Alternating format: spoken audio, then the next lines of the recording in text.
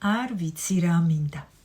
შინაგანად ეს იგრძნობა როგორც სიცარიელე. სინამდვილეში კი ამის უკან დგას დათრგუნული სიცოცხლის უნარიანობა და სპონტანურობა. იმიტომ რომ ჩვენი ორგანიზმი ცოცხალია და მუდმივად რაღაც უნდა. მეორე საკითხია ვიცით თუ არა მისი მოსმენა.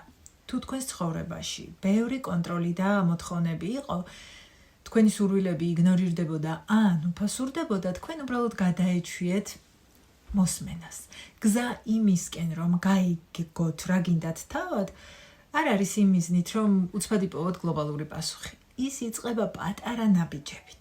მაგალითად, ახლა ჩაი მეტად გინდა თუ ყავა?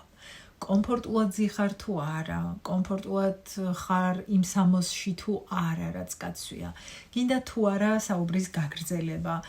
ყოველი პატარა მინდა ნაბიჯია საკუთარი გრძნობელობის დაბრუნებისკენ. გრძნობელობა კი გზა საკუთარი თავისკენ და ნამდვილი სურვილებისკენ, რაც იძლევა ცხოვრებით ტკბობის და კმაყოფილების საშუალებას.